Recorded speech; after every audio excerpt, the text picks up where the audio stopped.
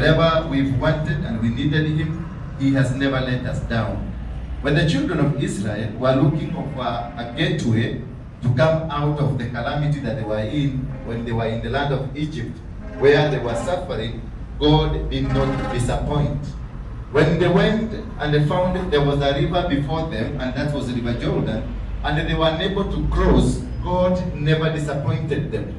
And when they went to Gilgal and found that it was a little bit difficult, God again never disappointed them. And when Joshua was given Ai, was given Gibeon, and was given all those territories, God again never disappointed. But why was so God faithful to these people? Why was he faithful to Joshua?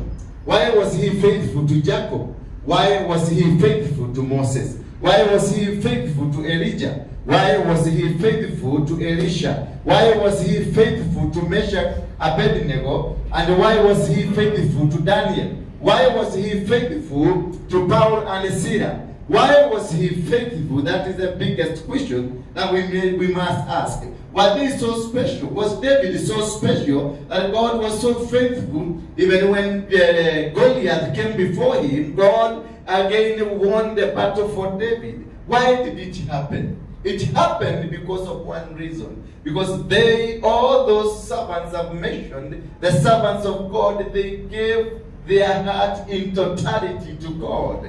They never subdivided their hearts, or they never shared their heart with anything else apart from one God. They worshipped and believed in this wonderful God. They worshipped and walked according to the will and the purposes of God. And that is only what is going to make us win any battle that is ahead of us. Any anxiety, any pandemic, any disease, any power, any force of darkness that is in this country will only be won if we totally succumb to the will of God, if we totally move according to what God has said. I was reading the Bible and I discovered one thing in the book of 2 Chronicles, where so many people mention that if people who are called by my name, that they come and repent their sin, I will come back to them. Many people are confusing their nation or any prayer that it's a country. It is not a country. God did not ask for the country to repent. God did not ask the continent to repent. God did not ask the world to repent. He said, if a people who are called by my name, a people, not the country, not the continent, not the society, not the many multitudes of people, but a people, a person, an individual repents and comes back to me, then I will heal their nation. So what we are being called to do, it is we to repent, not the nation to repent.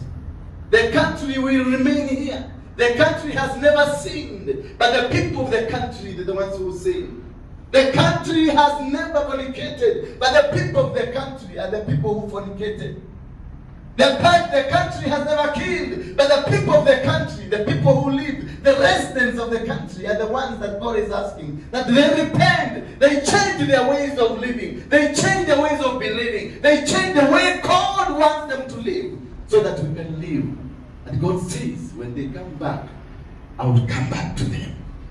From today, I declare and I believe, because we have recommitted our hearts to God, that no more pandemic that will happen to this country, no more death, no more cases of corona, no more cases of cancer, no more cases of AIDS, no more cases of anything that is called a calamity. That Kenya is free.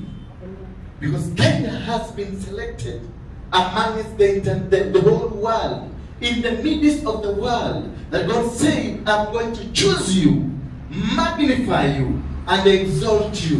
In the book of 1 Peter chapter number 5 verse 7, it says, or we start from verse 6 or 5 there. Likewise from verse 5, likewise you who are young, be subject to the elders. Clothe yourselves, all of you, with humility towards one another, for God opposes the proud, but gives grace to the humble. So it's all about humbleness, not the pride. Humble yourself, therefore, under the mighty hand of God, so that at the proper time He may exalt you. He is saying at the proper time you will be exalted. So it is a process, not a one event. Not that Kenya, because we asked about Kenya, this day we repent or we go before God. It is not supposed that it is going to end there. But God is saying that continuously humble yourself so that at the appointed time you will be exalted. It does not mean that because you repented today, you are going to be exalted. But God's time, at the appointed time, that is verse number 6, it is saying that humble yourself, therefore, under the mighty hand of God, so that at the proper time, He may exalt you. Casting all your anxieties on Him because He cares for you. It is only at the proper time that He is going to exalt you. Because you have cast all your anxieties to Him. Praise be the name of God. So it is not that we must stop here. It is a process that has to be in our life. Prayers must be in our life. Pray in the morning. Pray in the afternoon. Pray in the evening. Pray in the night. Pray at 3 a.m. Pray at 12 midnight. Pray every time. Pray when you are happy. Pray when you are crying. Pray when you are eating. Pray when you are not eating. Pray when you are sick. Pray you are not sick. Pray when you are suffering. Pray when you are not suffering. Every single time is a time for you to communicate with God. Every single time is a time for you, because He will only come at the proper time. That is when He's going to exalt you.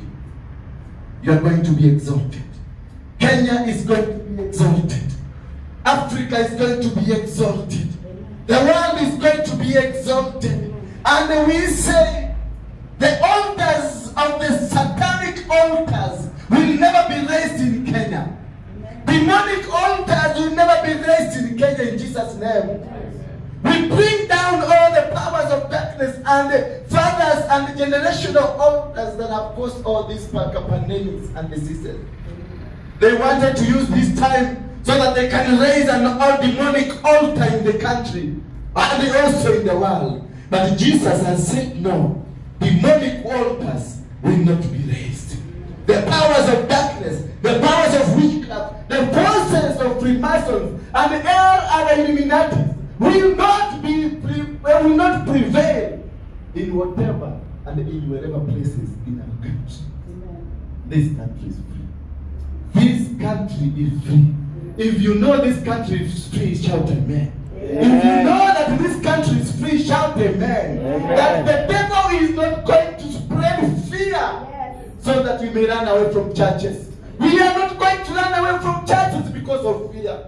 We are going to call the name of God, because He told to humble ourselves by calling the name of God. At the exact and proper time, He's going to exalt us. We are going to be exalted. We are going to be exalted at the proper time. For I thank you and I give you glory.